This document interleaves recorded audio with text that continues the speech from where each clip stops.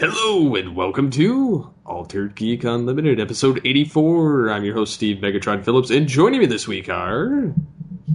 Michael Booth Ninja Powers. And Movie Revolt Dan. Yes, our special guest. Special is a strong word, but yeah, thanks for having me. Is this, forgive me, is this your first time or second? Second. Okay. Second time. I was on in the early stages. Early stages, and I think it was me and Steve and I were talking. I think we talked about stand-up comedy or something. I don't even remember, but I think that was a topic, yes. It was back when the early ongoings of the Batman vs Superman saga, before we even had a title. So that's how long ago it was.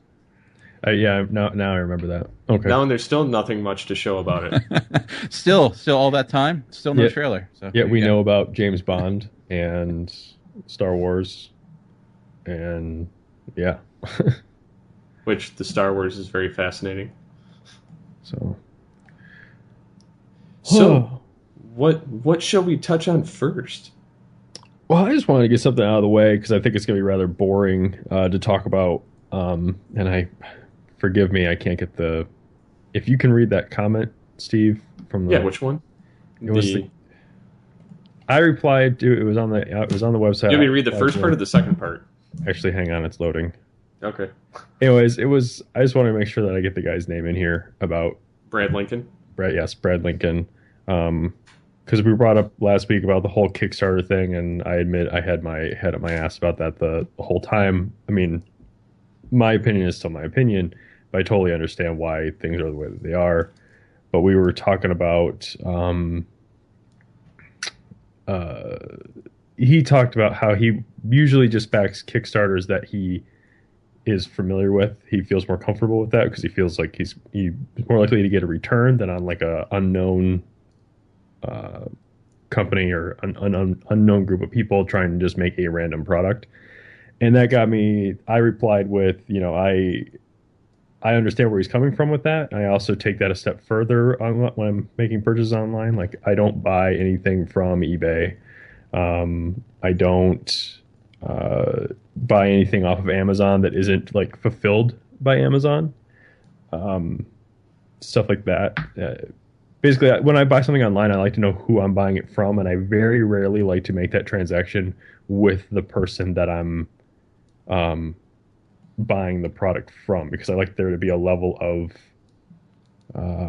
what's the word I'm looking for? Security. Yeah, security and trust. Security, trust. I guess there's a few words, and accountability.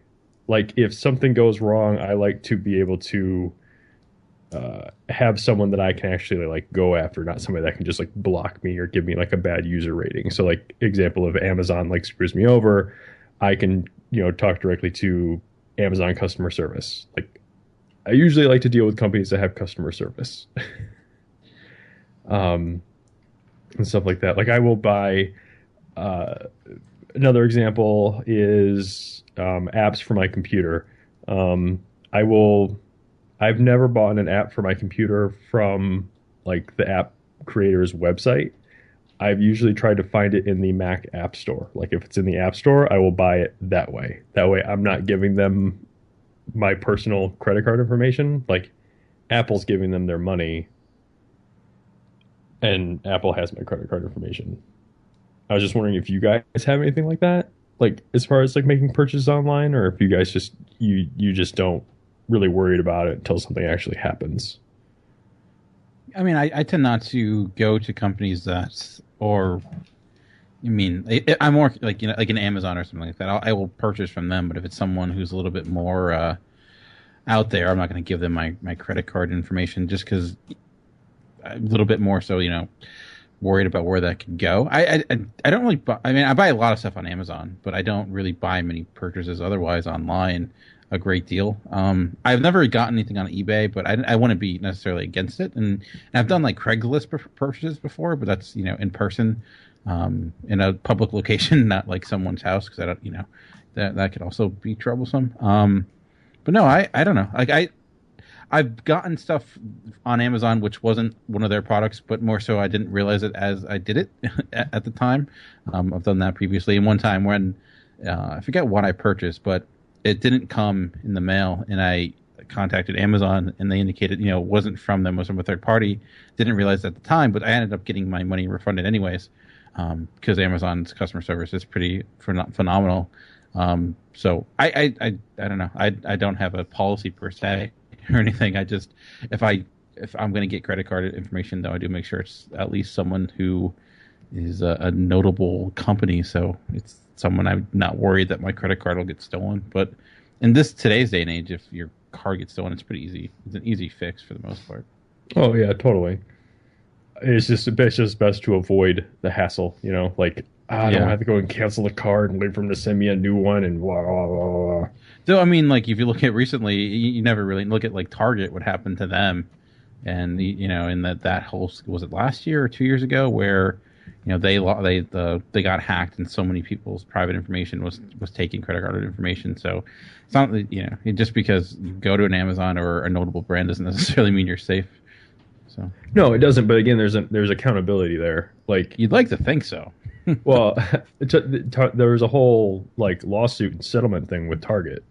Yeah. Well, as far as that, Home Depot had the same thing go wrong, and they actually were giving everyone I think it was a free year of identity checks and protection. Yep, the same thing happened with the PlayStation Network when that went down and all that stuff was gone. They showered everybody in video games and gave them a free year of identity theft protection. So that's more or less what I'm talking about. It's like I'm just more comfortable with an intermediary there. Sorry, I woke up like 45 minutes ago and I'm like high on Excedrin. But yeah, I just like having someone that's like accountable, because then I can, if my life is inconvenienced by something that goes wrong, then there's that. Versus like my dad buys stuff off of eBay like all the time, and I hear like horror stories from people making purchases and it's just going like all sorts of wrong. Yeah, and my bigger worry with eBay is more so the quality of the product I'll get in return. Like, I mean, especially if it's something like a movie or something like that. Like, if I'm buying a lot or like that'd be my worry, that like just that it's improperly packaged. With something like Amazon, I can trust that they're gonna ship it in something that is sturdy and not just like some envelope or something like that when you're gonna get from some private vendor, or if you're gonna get it and the condition it's gonna be in. So it's always a concern. Not to mention you can't really beat Amazon's Prime. No. Now it's crazy. Like I can get things in like, it takes less time to get stuff from Amazon now than it does to order a pizza. It's really insane. Get things like in less than an hour. It seems like I don't even need to go to the grocery store anymore, which is pretty awesome. I wish that was here, but nothing ever comes to Michigan anymore. Yeah. No, only leaves Michigan. Yes, everything's just leaving. They get the bus and they go. No, like I've bought things off eBay before, back when PayPal was still partnered with them. I don't know how it works now, because I haven't bought anything from them in probably about 2 years. I think eBay owns PayPal. I think they split off. I don't know. Like I said, I don't pay attention to that stuff. I don't even use PayPal. I think they split, and around that time, PayPal did, kind of broke off of eBay, and they were no longer kind of intertwined like they used to be. But that was, I would say, probably 2 years ago. That was the last time I bought something on eBay. And most of the time, and it depended on what I bought. If I bought like an action figure, or I bought a comic, or I bought something like that, I pretty much almost always never had a problem. If I bought something electronic, it was hit or miss. I bought a car part on there for my car because I smacked off my side mirror on a road cone. So I bought one of those on there for pretty cheap. I think that was the last time I bought something. But I did buy some DVDs and some video games off of eBay before, trying to save money, and I discovered that all you get is bootlegs. So I learned that's not something I'd buy from there. Pretty much the only place I'll buy from like some of these online toy outlet stores, for instance, like your big bad toy store or stuff like that, superhero stuff, or various kind of geeky sites like that. But for the most part, my main place to go is Amazon. Kind of like you guys for the same reason. I've had issues with discs where I've actually bought one thing and then the vendor will send me something completely different. For instance, I tried buying the Star Trek Q collection, where it has all the episodes where he shows up through TNG, DS9, and Voyager, and they sent me Star Trek Generations. Well, that's boring. And I was like, well, that's sad, because I already owned it. So I got to keep the disc, and I got my money back, because I couldn't get the retailer to send me the correct item, because that's all I wanted. So... But yeah, I mean, I agree with you guys for the same reason that, I kind of have to trust the place to put my money there. My wife, on the other hand, if she's trying to find a bargain, she'll ask me if it's okay, and I'll kind of look it over, make sure it's not a bullshit site. But if even then I still don't trust it, but she'll buy it because she wants to save more on what Amazon's willing to offer. See, I don't really. When I'm shopping around, there's like two places I go. It really depends on what I'm looking for, but basically, there are two things I look at. It's like I'm looking for movies or books or video games or something. I compare everything to Amazon. If it's like computer parts, I compare it to Newegg. But I'll very rarely like go outside of those two things. Like Best Buy, Amazon, Newegg, and Monoprice. Those are like the 4 websites I'll buy anything from. I can see that. The worst thing that's ever happened to me, though, to be honest, was something like I think it's happened to like maybe 2 movies from Amazon. They've come with the spindle like broken, so the disc is like sliding around inside the case. That's always annoying. I hate that. So I know that happened with Big Hero 6. That made me sad. So I just put the DVD on the broken side and then put the Blu-ray on the good side.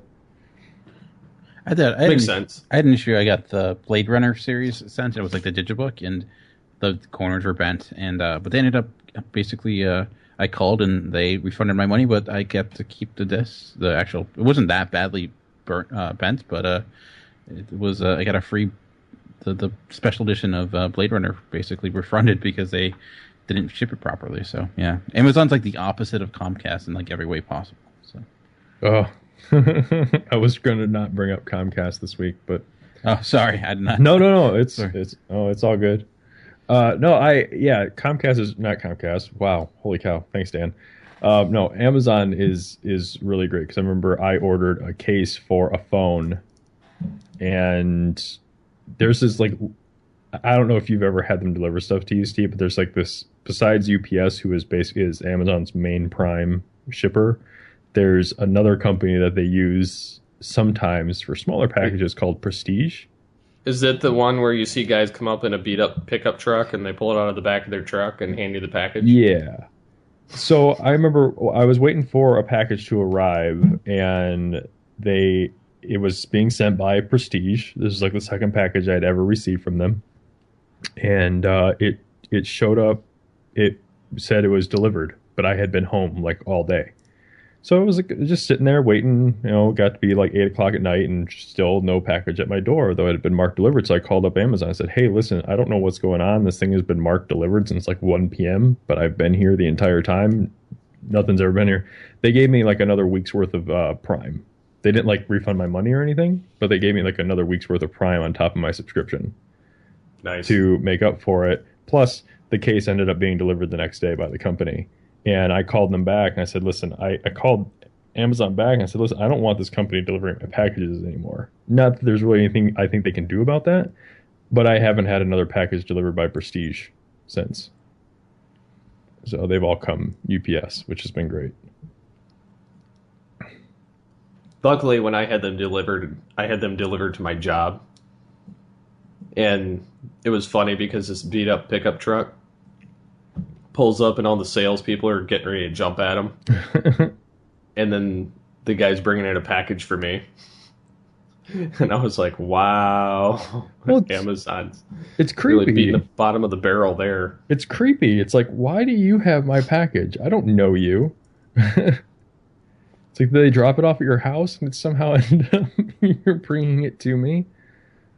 So I did have a little scare though, because I just recently moved, as some of the listeners may know, but I finally updated my my surround sound speakers. I ordered a set of Clips quintets, and I was here. They were supposed to be delivered last Friday, and I was here all day, and I left for lunch for like an hour to go to lunch with my sister, and I came back, and I got a notification that said the packages had been delivered, and I was like, they're not here, and so I looked to see, and they said that signed by resident, and I was like, okay, and it wasn't my name. I didn't know the guy's name, who it was, and so I'm like freaking out. I'm calling UPS saying, it hasn't been delivered. I'm calling my realtor to see if like the lady that sold me the house knows, the person's name that signed for the package or whatever, thinking that maybe they got dropped off at my old house. Oh. And well, what happened is, I guess my new neighbor, I think he works out of his home, like buying and selling stuff. And so UPS has that's one of their main stops, is my neighbor's house. And I guess the UPS guy stopped here when I was gone, and it was like super windy that day, and he was worried about packages blowing away. So he left them at my neighbor's house, and the neighbor signed for him. So all said and done, I got my packages and everything was fine. But it was just a little adventure, because I was like, I've been waiting a week for these. Wow. So, but it's all good now, because now I know that his name is Tom, and he's a main UPS stop, and sometimes maybe my packages might get dropped off there instead of being dropped off at the back door. But he's a nice old guy, so I don't know. I kind of trust him already. That's good. It's like I knocked on the door and I was like, "You didn't get any UPS packages by any chance?" "Oh yeah, they're in the garage. I'll go give them to you." So, anyways, want to move on to something more interesting? Sure. Oh, is that the Batman vs Superman trailer? That is the Batman vs Superman trailer. It's not the greatest. Yeah, it's quality. getting yanked everywhere. It's currently working there, so I think I'm gonna wait to actually. Is that a hand one? Like someone holding? I the think camera? so. It's Okay. It looks like it's shaky. It's not awful, but it's not the greatest quality. I'll wait. I'm gonna download it. But it's longer than 20 seconds, so that's not. For all we know, this could end up being like the first Godzilla trailer, which was awesome, and then they pulled it. So I found another one, but it looks like it's mashed up between other things. Do you want to talk about the 20-second one real quick? Yeah, we can do that. Okay. I mean, I know part of it's recycled. is there even words? I don't even remember hearing words. There's nothing in it. It's just it zones in, and then you have the Superman suit, and then it goes to the Bat suit, And then the logo. Yeah, and the only new footage there is the Batsuit. Mm-hmm. Yeah, I just think I don't know, when I clicked on it, I didn't realize it was going to be 20 seconds, and I don't know. I put this on Twitter, but I feel like your trailer should be longer than saying the title. It should take more time to watch your trailer than it does to say the title of your movie.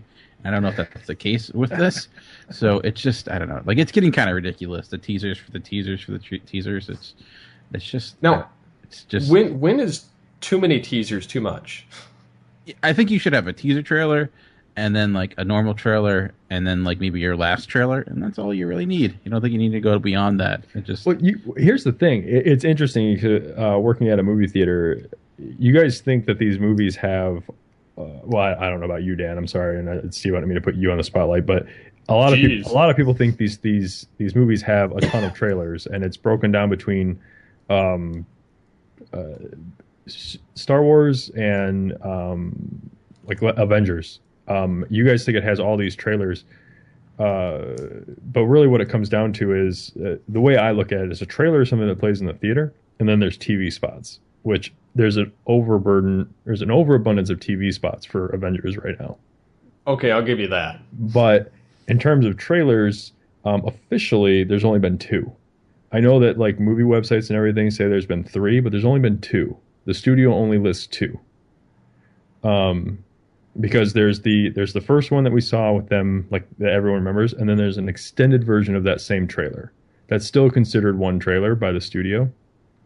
And then there's trailer 2, which is the most like recent one that has Vision in it. But there are other movies out there that get like 6 or 7 or 8 trailers, like 8 different trailers. And they're not superhero movies. It's bizarre. And I can't name one off the top of my head, but I see them like all the time. They litter the hard drives at or the main server is just filled with them. But it's interesting. But yeah, TV spots can be an overburden. But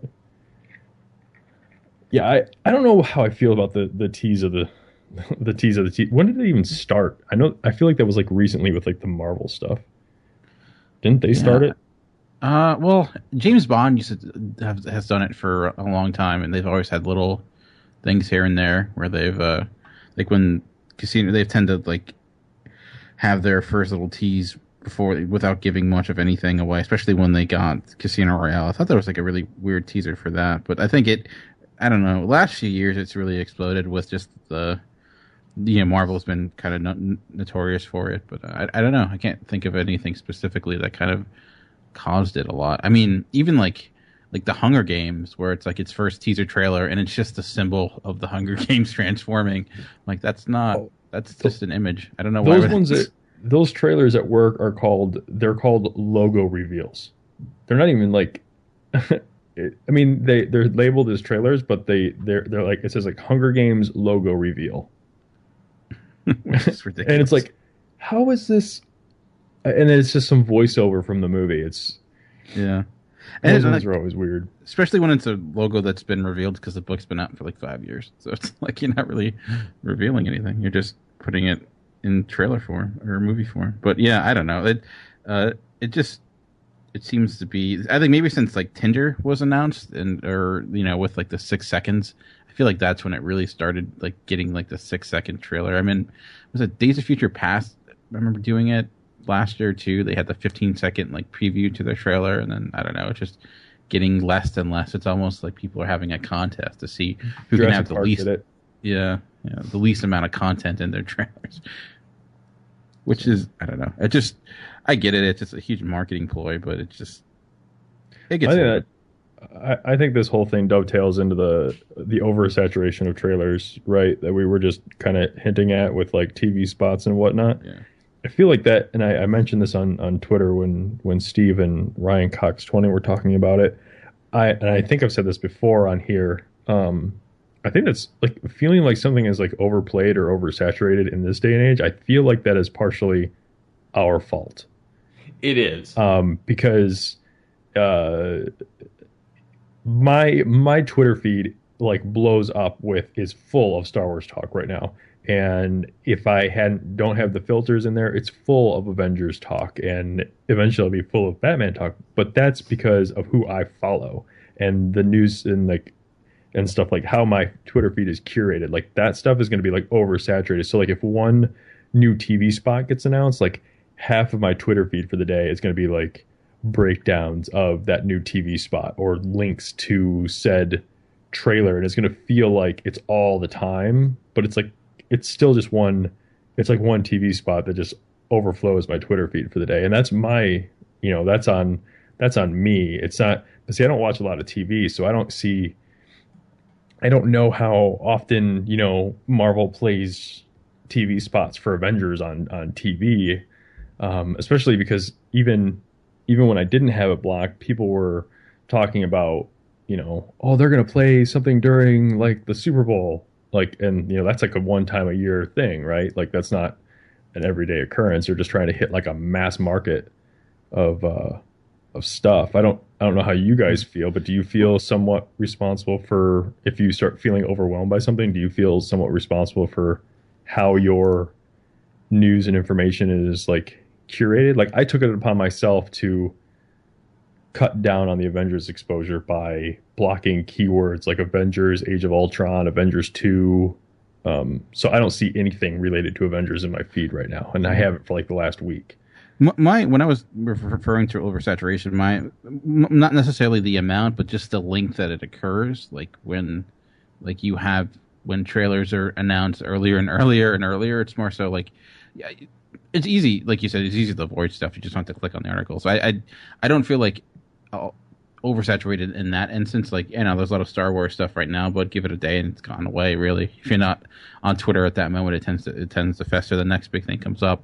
My more issue was more so that fact that it's the, used to not, back in the day, way back when, I felt like you didn't get trailers for something that was 2 years away, but it seems like now it's the build up to trailers is before anything even begins shooting, and then it's like some sort of like logo reveal, and then you have like every little like element of a movie becomes like a news story or release. It's just kind of keeping it in the lexicon in some ways. So that's the kind of the oversaturation I was referring to. But I don't know if I think it's, I went on like last year I tried to like avoid trailers as much as possible, specifically for like Interstellar, and it was rather kind of easy at the end of the day. Like the only time that was really hard to avoid trailers was like going to the theater. So I do think we do it to ourselves, like you mentioned. We kind of we keep going fishing we keep fishing in the same pond, and then we're surprised when we keep getting the same stuff. So it is kind of we are the product of it ourselves, really. I think it works when it's a movie that's going to be more obscure. And what I mean by that is like, you mentioned Interstellar, or any film. It doesn't, if it's not your regular wheelhouse, like if you're somebody that's geared towards like the Star Wars or the DC Marvel type stuff, it's gonna, I think that you see more of it because of that, because you're more into that subject, but also I think that's because the way the theater viewing has gone. Everything's pretty much a comic book film. Everybody's, it's replaced the craze of all the undead or the vampires or any of that other stuff. So it's right now this is the big thing. So they're trying to cash grab it, while they still can. But I think that it kind of hurts it too, because like you said, releasing a trailer 2 years of just a logo or just something just to have it out there, I think that it kind of ultimately really hurts it because it kind of fizzles out sooner. Well, that I think is the studio's problem, because it is the studio, but it's Marvel. I mean, in this particular case, right? Let's look at if we have to look at the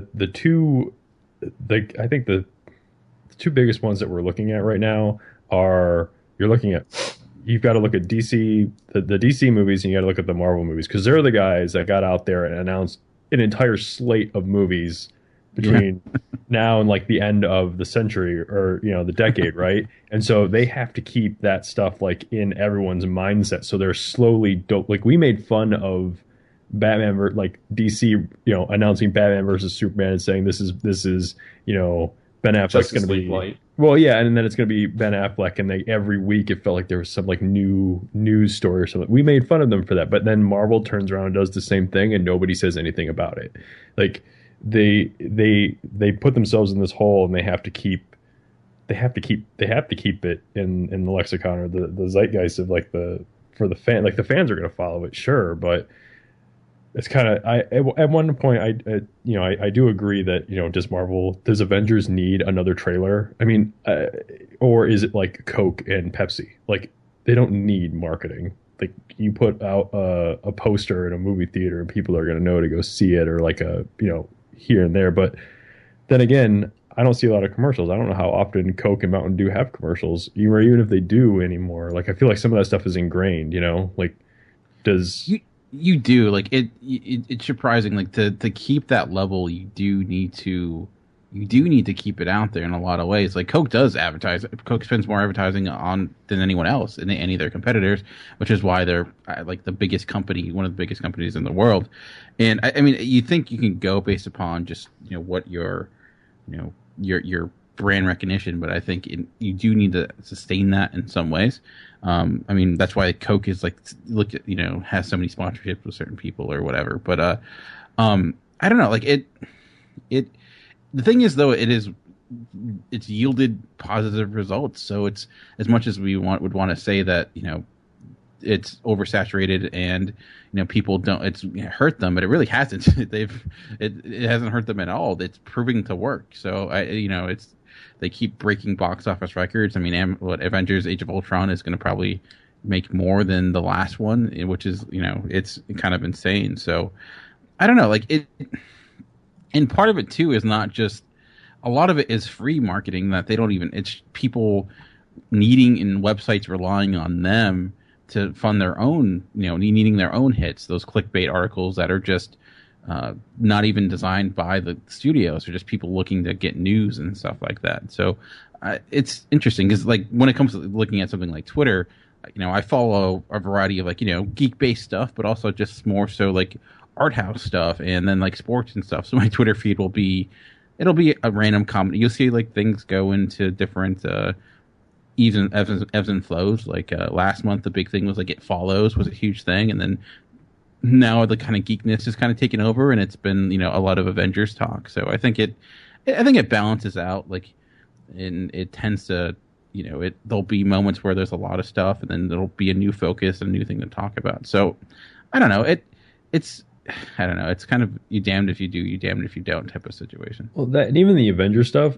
the Avengers stuff didn't leak out until, I mean, Avengers 2 was announced in like 2012 or something like that. So it to only be just now getting slapped in the face with that stuff 3 years later, that's not bad.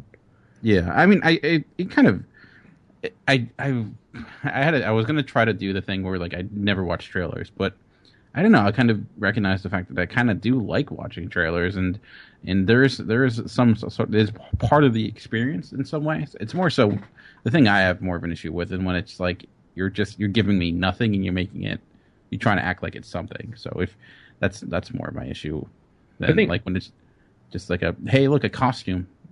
Yeah, I think I've taken the stance with trailers is that I'm gonna watch the first one like on my own. Mm-hmm. Because I like you, I like trailers. My joke with going to the movies used to be, and to a certain extent still is, I come for the trailers, but I stay for the movie. Because it's one of the things about my theater that kind of irked me when I started working there is that they only play 3 trailers. I love going and sitting through like 6, 7, 8 trailers before the movie starts. But it's. I took it upon myself to watch like the first trailer for anything and kind of judge, like I don't ever look at the trailer and be like, oh, that movie's gonna be bad. I look at it like, I don't know what that trailer told me. Like is that a good trailer? Like I kind of like judge trailers as like little mini movies,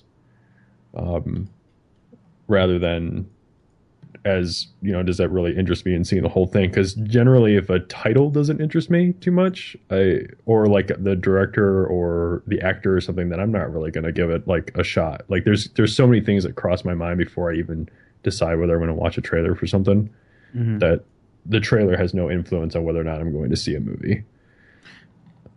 Yeah, that's the same for me. Like I tend to watch like everything. That's my problem, but.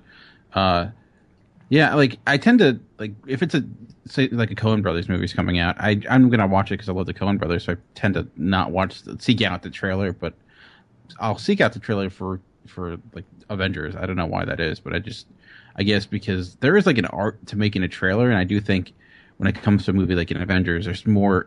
I guess there's more of that geek factor to it, where and you having the expectation because it's coming from a property or something that's brand new and it's a little bit different. So I like you, and trailers never a make or break for me, but I do like to think there is an art to it, and I do like seeing it when it's done properly.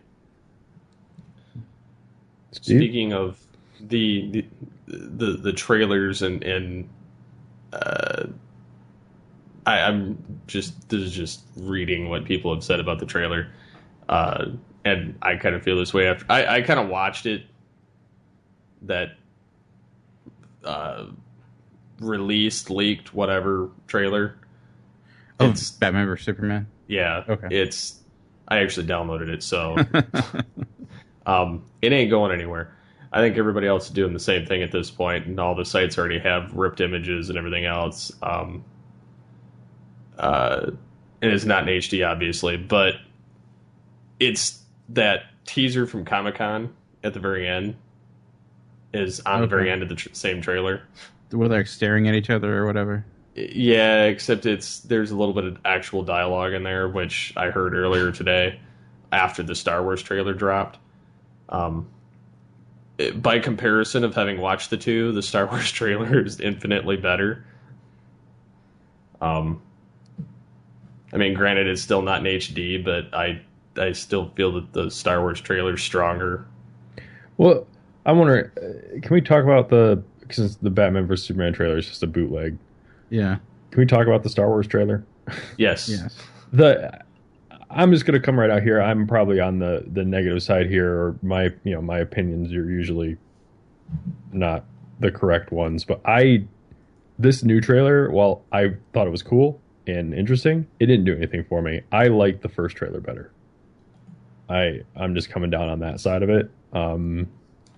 Because the scene in the first trailer where the Millennium Falcon shows up, that lands for me like every time. There wasn't a scene in this one that gave me the feels. And I don't know. I know the one scene that everyone's talking about is giving them the feels, and I can understand like why, but that scene doesn't do anything for me. Seeing the Falcon on screen again for the first time in like, what is it, almost 30 years? Like, yeah. That, I mean, outside like the special edition releases, seeing it on screen again new for the first time in like 30 years, that gave me the feels. But this new trailer, while cool and doesn't do anything to diminish me from like wanting to see the movie or being excited about it, it just doesn't do anything for me. So I think the first one did the job of effectively teasing the film. I think the second one is more so building on just showing you more of what's in the universe for the new film. It's not necessarily anything. And I get what you're saying. There's not as much grab to it, and the way the Millennium Falcon is presented in the other one is just it does bring back the nostalgia kick and just remind you of what made Star Wars great. And I think they kind of tacked on a little bit of that at the end when they added in Han and Chewie. Yep. And I think that's really the only saving grace of the entire trailer is seeing that nostalgia kick again. But I do like the aspects of the fallen Star Destroyer in the desert, and the giant army of stormtroopers. And without a doubt, there's a lot to like. I didn't hate the trailer by any means. I'm like I liked everything that I saw. Maybe I'm just not a human. I didn't get the feels like everybody else did for this trailer. I just saw. I was like, man, this looks really cool. Even my wife made a comment about the Star Destroyer. She was like, "That's really cool." I was like, but I wasn't not expecting something like that. I guess the way I look at it, like probably the first one had me more excited, but this one has me more intrigued because it has me asking more questions. I think it. I mean, it's hard to like you mentioned, Mike, like seeing this Millennium Falcon like again for the first time. It's hard to get that again. It's hard to recapture that same feeling. But I think what this effectively does is it's more so kind of just setting the stage and making you kind of question what exactly is going on. And what I've liked about this series from the beginning, and I really liked the trailer a lot, is that it's not focusing on the nostalgia too much. It is trying to put the primary focus of these new characters out there. I mean, obviously you have the Luke talking, but still you don't really see him. It's more these new characters, and it does seem like with these trailers nowadays that it's almost like they know obviously that people are gonna like freeze frame every little second of it, and they just like dump in as many little like questions or things in there every it's just like a barrage of images, and which is not necessarily a bad thing. It's kind of intriguing to see, and I don't know, I liked it. I just love they're getting the look right, and it's like feeling like we're seeing the Star Wars universe in the right way. So because of that, I'm looking forward to it. I mean, I don't know, like comparing it to the last one, they're similar images, but I was sold from that first image of just like the Star Destroyer in the background with the music. It just, I don't know. To me, it's all gravy at this point. So yeah, well, you talked about the look, and I'm pretty sure I've said this before, but when they started production, I remember one of the things that they were talking about, that JJ was talking about, was he was trying to make, because he's really good at, like, Super 8 looks like something that could have been made in the 80s. I mean, outside of the special effects heaviness of it. Yeah, he's, I mean, like Tarantino, he's very good at homaging and like taking cues from other directors and kind of make his own thing. But I remember one of the things he said that he was setting out to do was to make it look like Episode 7 was shot 2 or 3 years after Episode 6. And the special effects aside, I feel like he's achieved that. I know there's a lot of practical effects and stuff like that in this, so that works out to his favor. But yeah, this does not look like. I don't think I'm going to be. I don't think I'm going to be seeing floating people in this movie. No. Which is one of the things that I constantly see when I'm watching the prequel movies, is just floating people because the light sources are all wrong for those scenes. So, but can we this trailer and the other one? I don't feel like anything's been spoiled. No, I think that's, like, for me, I feel like that's a common theme in what I've seen lately for a lot of movies. Like, I don't feel like a lot of trailers. There was a point in time for me that trailers could be awfully spoilery. Like, they were basically like retelling you the movie. Like the Cinderella trailer, for example, was just like a miniature version of the Cinderella story. But I like this one. I don't think Bond gives too much away. No. I don't. Even to a certain extent, Jurassic Park. Everyone knows the formula for Jurassic Park, but I don't think Jurassic World exactly gives everything away. Even like Avengers, I don't feel like gives too much away. The one trailer I will say it feels like gives away everything is the new Terminator trailer, which seems to like give away all the secrets. I have not seen that. I have not seen the new one, so I'm glad. I saw that exact same sentiment shooting around the internet, so I'm glad I haven't seen it yet. I have to say I didn't see that coming, because it's a really dumb idea. I was like, and I was geared up to see the damn movie, and now I'm like, what's the point? I'm still gonna see it, but yeah, I would highly avoid that trailer. Yes, I will. I was excited after seeing the first trailer because I like anything involving time travel, so I like the premise that they were setting up with the first trailer. So after what you guys have just said and what I saw shoot around my Twitter feed when that trailer came out, I'm going to avoid the second trailer. I mean, it could all be just I don't know, setting you up for something and end up pulling just the wool over your eyes or something like that. But it does seem like it's completely ruining like a major plot element of the story. But sometimes like you think that and ends up not being the case. But this does seem that way. Has anyone seen the Ant-Man trailer? I have. I can't not laugh at the end scene with Thomas the Train. Yes, that was hilarious. I can't not laugh when that plays. Speaking of, I put this on Twitter, and we can put this out there for the listeners too. Over under on him becoming going giant sized at the end in the movie at some point. Giant size and naked, or just giant size? Because those are two different questions. Well, I'm gonna say giant size because this is a Marvel movie after all. Yeah, but after Daredevil, over under, I'll go like 70% chance it's gonna happen in some way. Because I think it's gonna happen because then they can make the sequel Giant Man. Steve, what do you think? I don't know enough about the mythos to know, Well, but Ant-Man, he's had a ton of different personas. He obviously, due to his name, he has the ability to make himself really small, but then he goes through an identity crisis and he's actually able to go the other way with the tech and make himself really big. ah, So I was just basically, it's just, do you think that's going to be a thing in the next movie? Like maybe at the end is like a teaser or.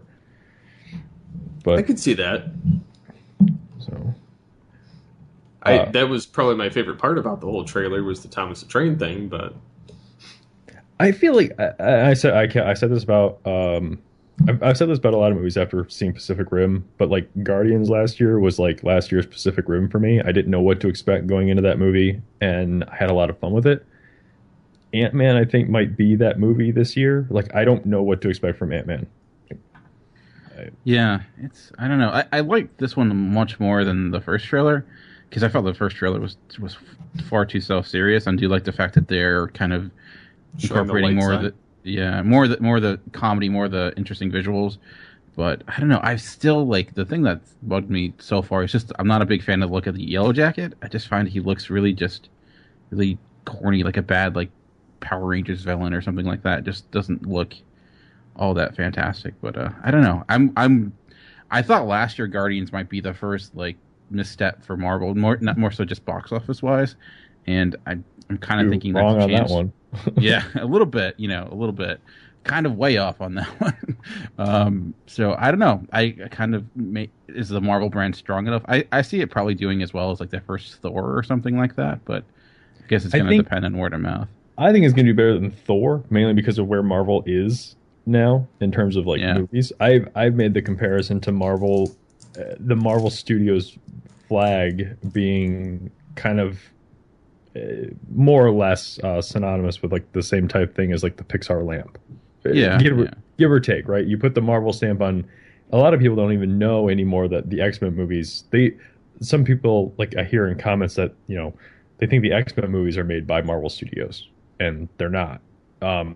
Or like Spider-Man. So that Marvel flag has become synonymous with like quality to some people. Kind of like how Pixar is like that lamp is synonymous with animated quality. And I've made the thing. I think Ant-Man may end up being Marvel's Cars at worst. And that's still not. I mean, that's not a bad thing because Cars is highly marketable. Yeah. So kids love Cars. So yeah. As long as it's not as bad as Cars 2, I'll be happy. So.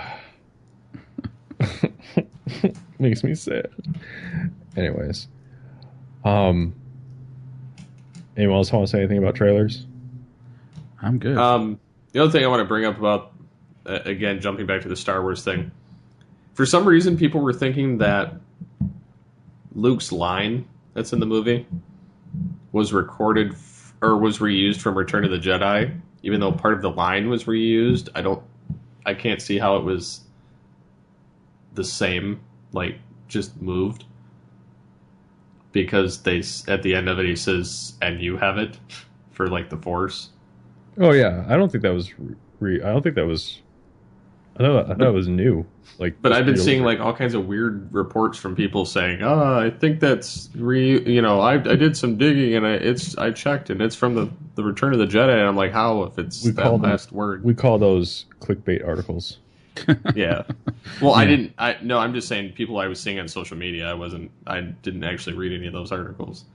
I mean, I'm kind of shying away from news at this point, especially with seeing Jared Leto in his freaky ass looking Joker. I haven't seen that yet. Yeah. It's floating around. It's been going around all day because it's been, Batman, Star Wars, Batman. It's a competition. Yeah. I don't know. Maybe they're using similar dialogue. That just could be just like an homage to the. Well, it's the line, if I remember correctly. It's the line right up until the last bit, which doesn't mean he's not saying it. He could be saying it again. Like. Yeah. It did sound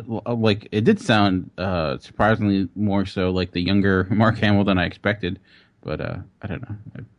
I think that's why people were thinking that it wasn't him. But, like in modern.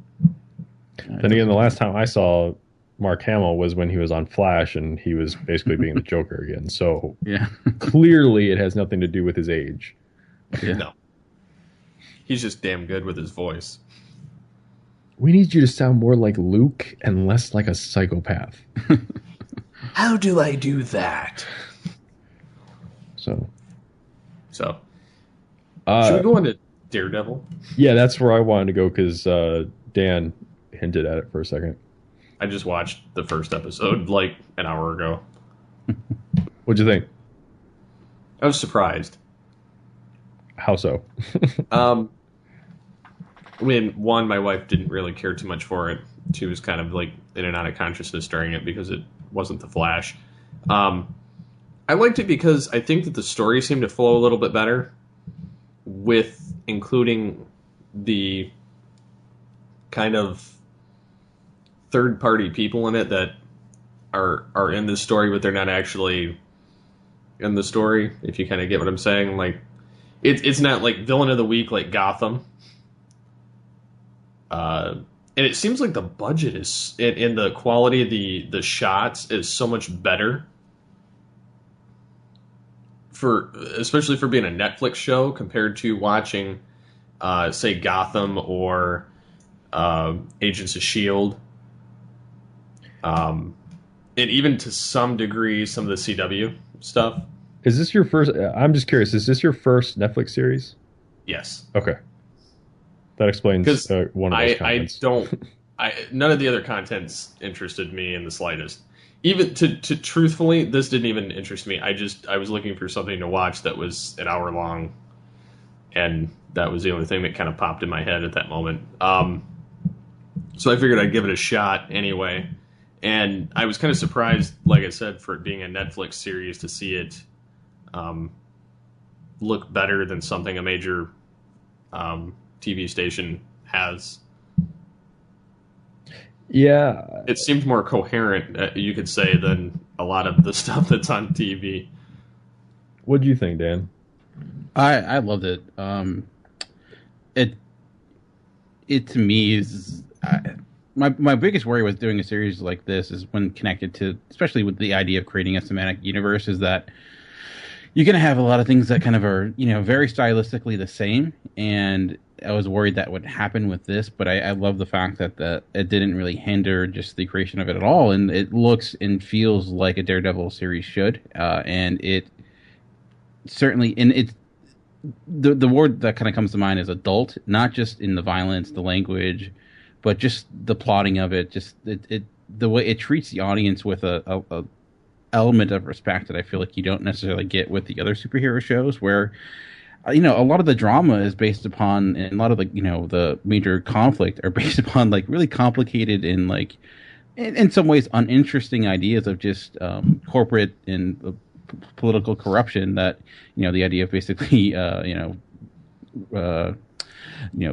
using the Marvel event of Avengers and how that people are taking advantage of that and like the corporate angle and how that influences this series, but in a really cool way. And acting is phenomenal, like universally around.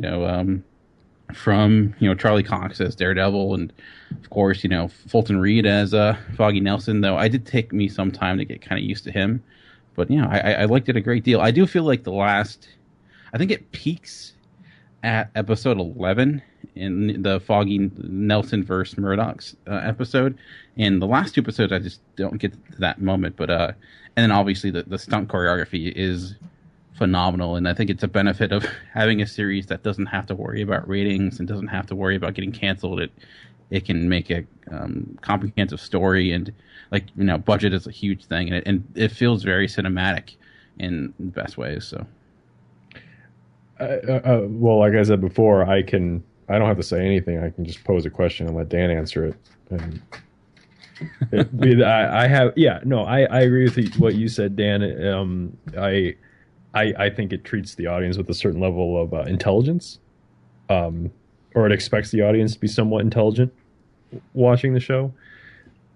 One of the things Steve, my wife won't watch it, but that's because she finds it too violent. She made it through the first 3 episodes, Which there is a weird side note here. There's a weird tonal shift because I've started rewatching it again. The first 3 or 4 episodes are the most violent of the entire series, and then it becomes just a big like beat 'em up. Like there isn't as much. I'm gonna say gore, but not necessarily gore. I don't really know the right term for it because it's not like Saw or anything like that. But yeah, my wife watches Saw, so that's not that doesn't bother her the slightest. It's the fact he doesn't have superpowers and he's wearing a costume. That's what bothers her. Well. Though I love his costume. It's funny. Like I thought I would not like it, but it fits. I don't know. I've ended up liking the black costume more so than the Daredevil one. In watching the show, I kept thinking, why isn't this? Because we've got on TV now, we've got The Walking Dead and we've got Hannibal on NBC. I kept looking for adult content that would make this not eligible for at least like primetime 10 p.m. TV. And with a few like edits here for like, as I just talked about, like broken bones and a couple of door slams, or maybe a scene lasting a little longer than it comfortably should. This is not a knock against Netflix in any way. This is a knock against television studios in general, right? Like NBC, ABC, CBS. Like I see no reason why this particular property, this particular show, couldn't have made it on TV as is.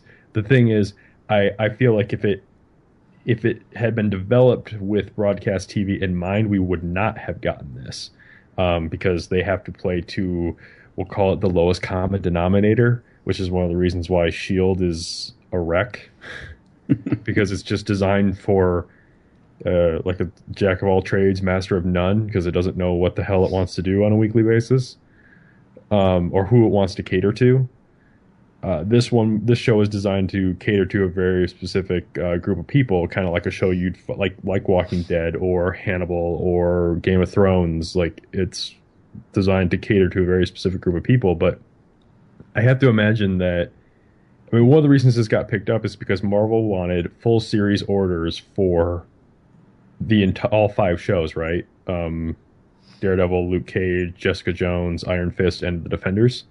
They wanted full series pickups because they wanted to be able to tell the story. And I have to imagine at right this time that ABC and NBC and possibly CBS or maybe some other networks are like kicking themselves for not taking that chance. And I thought about it for a little bit because, Netflix is made for the binge watching thing. So they were able to tell like a cohesive story that fed from one episode to the other. But Walking Dead does that on a weekly basis, and Hannibal did it, and Game of Thrones does it. Like, people are willing to watch intelligent stories if you give them something intelligent to watch.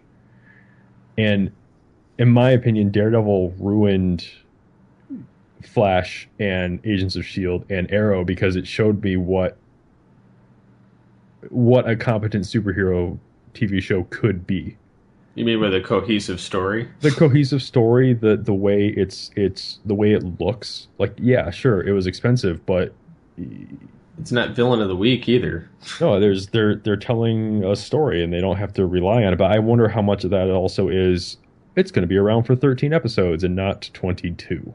Yeah, and it doesn't have to feel the need to kind of tell you everything up front or like set its stage so you kind of have a complete understanding of this character. Like, it doesn't really touch on the origin until, well, it doesn't fully touch on it and probably for the entire series, but I think it piggybacks and picks its moments that make sense for the character. Like, and I also just love how they handled like Daredevil's powers and just, little nods here and there, and he doesn't really, do the Daredevil movie route and kind of just give you this radar sense of what he looks like, but kind of just more subtle hints and, even just the way he enters into a room. And, I think, like you mentioned with storytelling, there's no fat to this, to the story. Everything matters, and it will take the opportunity to build up characters. And I hope like Arrow looks at this and realizes you don't have to give a character superpowers to make them interesting. You can actually just make them an interesting character and give them a good story, and they can be an interesting.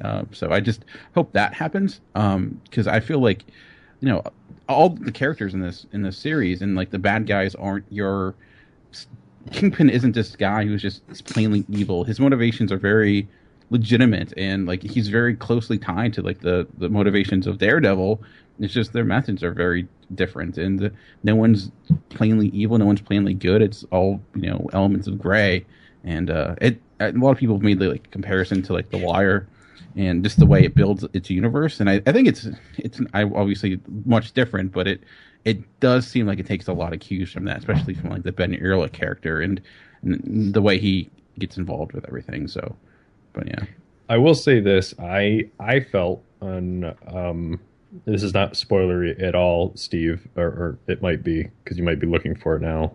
If you want to take your headphones off for like 5 seconds. No, I'm fine with spoilers. I watch stuff regardless. I really like I like the show. I have really nothing bad to say about it, but I feel like the fight scenes like peaked in episode 2. Yeah, I could. It's hard to top that moment. It really is. Though I did really like. It's hard. Can I say this without? There's a showdown that is a very honorable fight, as they mentioned, that I thought was also quite good, and also the taxi fight that I like. It's not nearly as extensive as that, but I just love the way they use the camera and the overall like the song that they have. So I do agree with you. The best, probably the most standout sequences in that episode, but which I think is kind of why I feel like the last 2 episodes aren't necessarily finishing on the highest note, because it doesn't reach that level that it hit so like right out of the gate within that second episode. Also, the weird thing is, and I'm not, I was looking for, this is another reason why there was I feel like there was a weird tonal shift, because I'm pretty sure you guys might have followed this a little bit. Early on, there was a showrunner shift. Drew Goddard left, right? Yeah, he left to go do Sinister Six over at Sony, and now he's doing the Spider-Man movie for Marvel. So I feel like that was the plan all along, but that's a different story.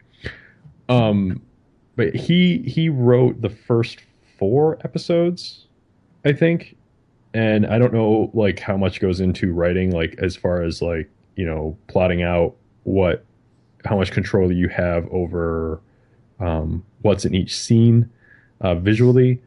But Stephen DeKnight, who did Spartacus for Stars, which I also thought was started out kind of rough, but actually got a lot better as it went on. Anyways, he took over after the 4th episode as showrunner. So like I said, there was that tonal shift in terms of the violence. So I'm wondering if they just had no more need for the violence at that point, because they had already established themselves as, this is adult. We're beating you over the head with this adult content. And they did it for 4 episodes, and then they didn't feel the need to necessarily do it again. Or if it had something to do with changing the showrunners. But was episode, not to give anything away, but was episode 4 the car door episode? I think so. And I think that's where it peaks. Yeah. Like that's after that, I don't think, and I also noticed it's never him. It's never Daredevil. It's the villains that are doing the most violent thing. As it should be. Yeah. Well, yeah, because there's also there is that. I don't want to spoil anything for Steve or anyone who maybe hasn't watched it, but there is that little bit of torture sequence that he has in episode 2. That's but that's not. Okay, that I guess that's where but that's not as bad as the other. Like when I almost forgot, because like sometimes I'll watch shows, and if I'm trying to get my wife to watch them, be like, okay, don't look at this, Yeah. Avert your eyes, child.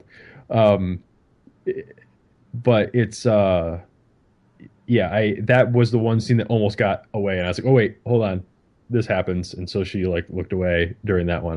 But that one didn't even register next to like the other stuff that I knew was in, even in that episode. I think no, it's episode 3 that happens in. Yeah, I think I know what you're talking The other thing too is that I feel like it does a really good job of, again, he has no superpowers. This is a guy who he doesn't have super strength. He's not invulnerable or anything like that. And I think they do a really good job, especially in that fight scene at the end of episode 2, of showing you that he gets tired, he gets worn down, because he's just a guy. And that was refreshing to see too, because I don't even think Arrow does that very well. Because I mean, Oliver will get the crap kicked out of him, and then 5 minutes later in the same episode, he'll be fine. My only question is, like, after the series is, what is, like, Marvel planning on doing with the TV series? Because, like, with Civil War coming up, the other Avengers movies, are they going to combine these worlds? Because I just couldn't imagine. It's hard for my mind to comprehend, like, seeing Daredevil, like, in the Avengers, considering the world he's coming from. I mean, it happens in the comics, of course, but it just, knowing the action sequences that we're used to him seeing, and then seeing him into, like, something that you would see in the Avengers, I don't know how that's going to work, if they're going to go down that route. I know they haven't really said anything at this point. Well, there was a funny thing. There was a rumor that shot around. I saw it on Slash Film that the Defenders may show up in Infinity War Part 2. Yeah. As like the four of them together, because the article also goes on to mention that the Avengers will look very different by that time, because certain contracts will be over. Plus, they're also introducing like Spider-Man, Black Panther, Doctor Strange. I wouldn't be surprised to see Doctor Strange show up in the Netflix series, mostly because Doctor Strange is set, like, Hell's Kitchen is also his backyard. Nice. And they cast Benedict Cumberbatch, who is, a TV actor as well. So I wouldn't be surprised to see him make the transition to help further connect both series. Yeah, and it does seem like, with that said, though, it does seem, looking at like how the season was ending, that it does trend towards the more comic book element and kind of getting into more the mystical element of Daredevil, and it definitely a lot of ties to the lore of Iron Fist specifically that it seems to hint at. So it's I'm curious to see like how this is all gonna tie together, because I feel like a lot of the leftover threads in Daredevil were set up for stuff leading to the Defenders. Yeah, kind of like the Cosmic Cube for Phase 1. Yeah. And they've also said that the reason, Jessica Jones and Luke Cage and stuff didn't show up in Daredevil is because those characters weren't cast until they were almost wrapped on Daredevil. So they said, don't be surprised to see like Foggy or Matt even show up in like Jessica Jones or Luke Cage or something like that. So those series will become more cohesive the farther they get along. So it's only a matter of time before they make him cross over with Agents of S.H.I.E.L.D. I could not imagine that. I just don't think that the Agents of S.H.I.E.L.D. will go over to the Netflix. I think those actors will go over to the other way. I don't know if I want anything connected to Agents of S.H.I.E.L.D. There's really no reason to, but that eventually they're going to try to probably try and save Agents of S.H.I.E.L.D. I don't know, because I get to see Netflix saying no.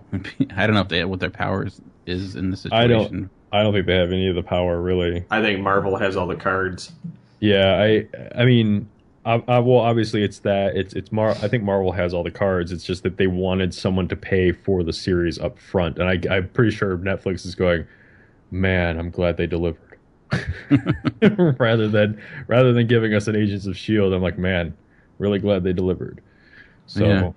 Well, I don't know if you saw, but like Netflix's subscription went up I don't know, not doubled, but like the first quarter of this year went insane. So they're kind of on a hot streak with their stuff. And it's nice that it seems like it might be sustainable too, because I know they were really worried about like people just signing up for like a weekend.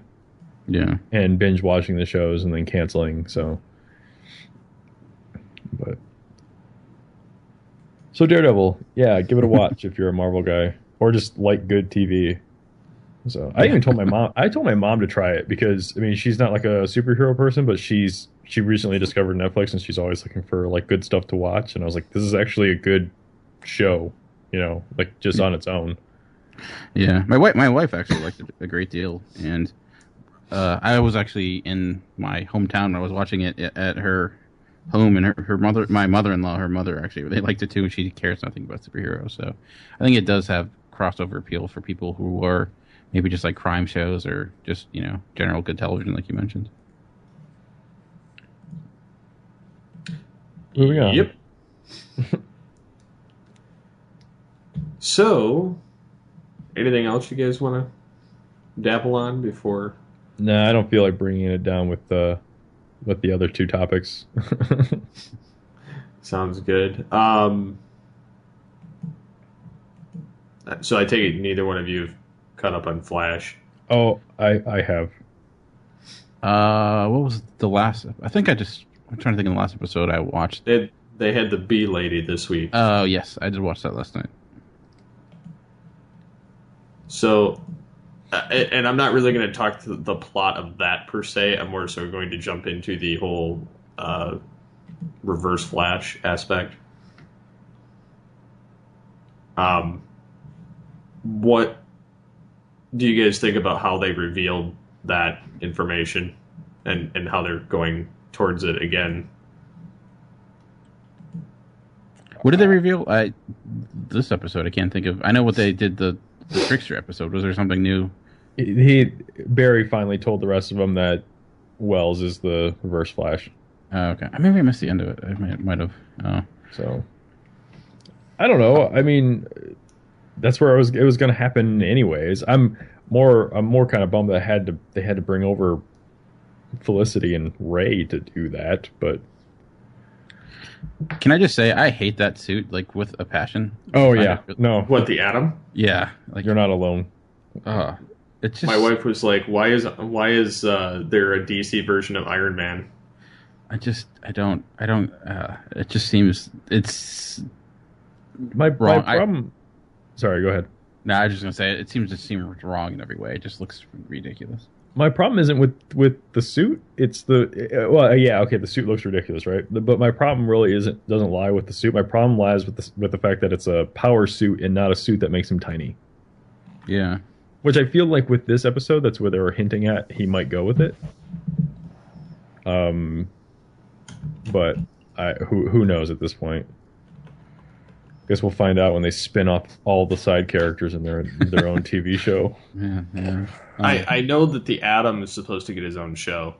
I thought that's what the spin-off was. Yeah, that's like at what point does CW just spin off into a new network just called like DC TV? I'm just waiting for the spin-off where like DC and like Vampire Diaries combine in universes. They'll just call it Comic World. I would watch that because I like Vampire Diaries. Yeah. Even though the lead chick's leaving the show. Yeah. It's okay. She was not my favorite part of that show. She wasn't important anymore? I mean, she is, and that the entire thing kind of revolves around... It was early on, but it's not so much anymore. So... And the kid that plays her brother is supposed to be leaving. I remember he was up for, like, Nightwing. Those rumors for Arrow have, like, dropped off real fast. I know the Titans show is supposed to start up, and I didn't see this week's Arrow, but I know what happened because Blanchard. Yeah, I'm sorry about that. I don't know if you know what I'm referring to, but I do. But all I'm going to say about it, because I don't want to spoil anything for Dan, but is it someone's leaving? Yeah, but it's really weird. Like in all the TV I've seen, I've never seen anything like. I've never heard of anything like this. Like you hear about it like at the beginning of a season or like the end of a season, but not like partway through a season. It's interesting to read the reason why. It's just kind of like I've never seen that. Usually it's like creative differences or something like that. But well, it was interesting because I read the one article I read was that it was this is what you feel like they say all the time, that it was the plan from the beginning. That was their design since the start, that was always what they were going to do. At least the time period wise. So I don't know. Maybe it's just them trying to save face or something like that. I have no idea. Yeah, well, yeah, it sounds like to me, it's like we didn't renew his contract, but here's how we spin it. Yeah. I was like, but no, you do that you don't do that in the middle of a season. You like carry it out to like the end and just say the guy's not coming back. You know, like I don't know. It's weird. I was never a big fan of that character, so I don't mind it. Yeah, I'm not a big fan of him either, but yeah. Then there was the other element that they revealed the Lazarus Pit finally. Well, the Lazarus Pit's been in this season. I know, but I mean, like they're actually going to use it. Okay, I guess I don't. I mean, I know how. I mean, I know Raish has been in it, but I mean, yeah, I was gonna say I know how they use it, and I mean we've seen Raish use it, so I'm like, well, what are they gonna? Can we also say I don't understand this because I think she's. Never mind.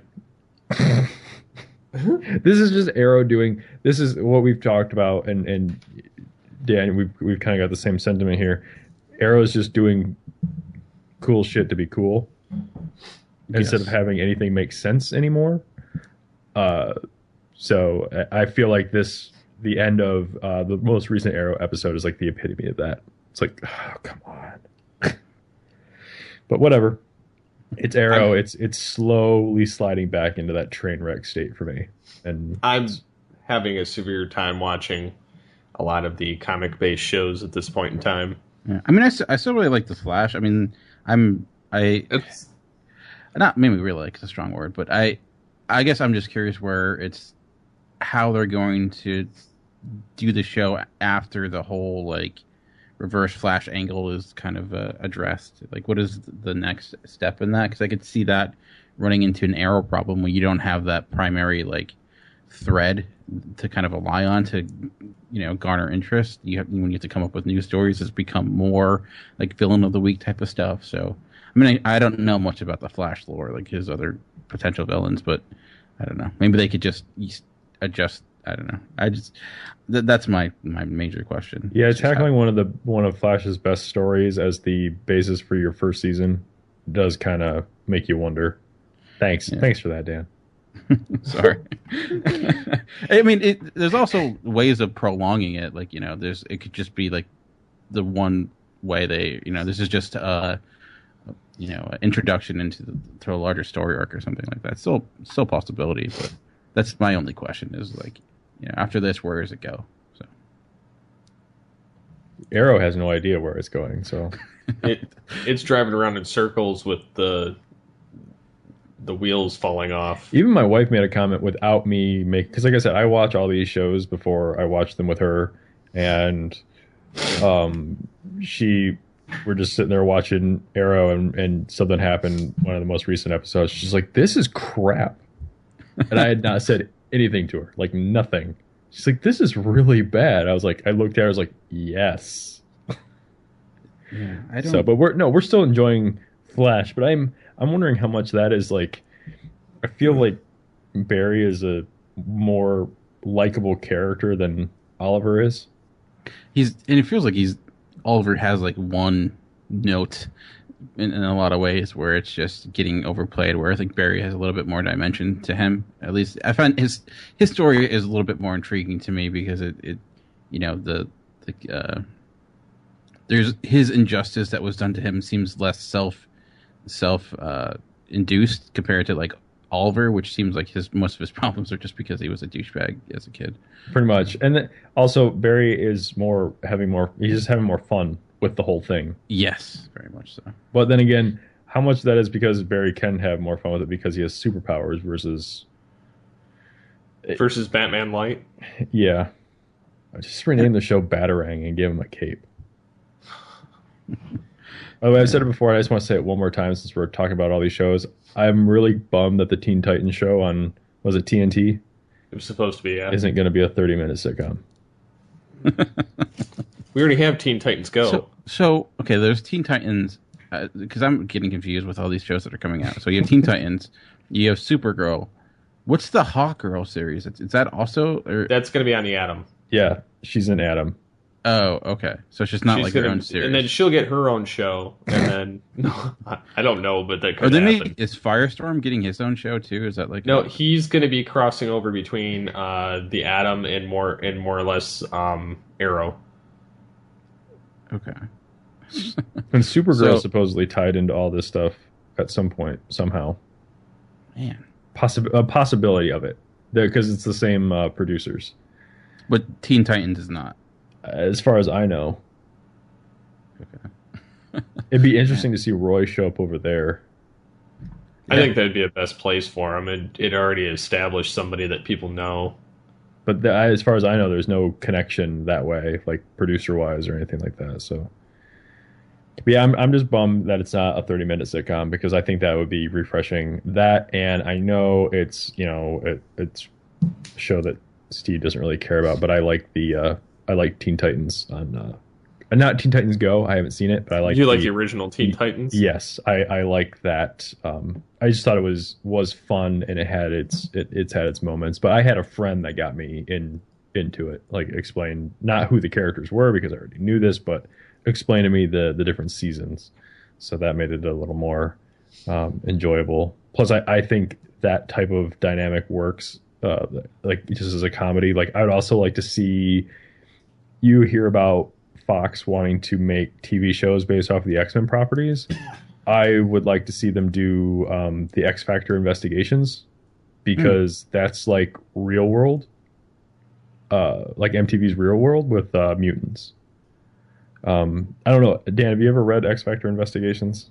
I haven't. I need to. But It's spun out of House of M, and it deals with like Multiple Man like decides to open up a detective agency to help out mutants in New York.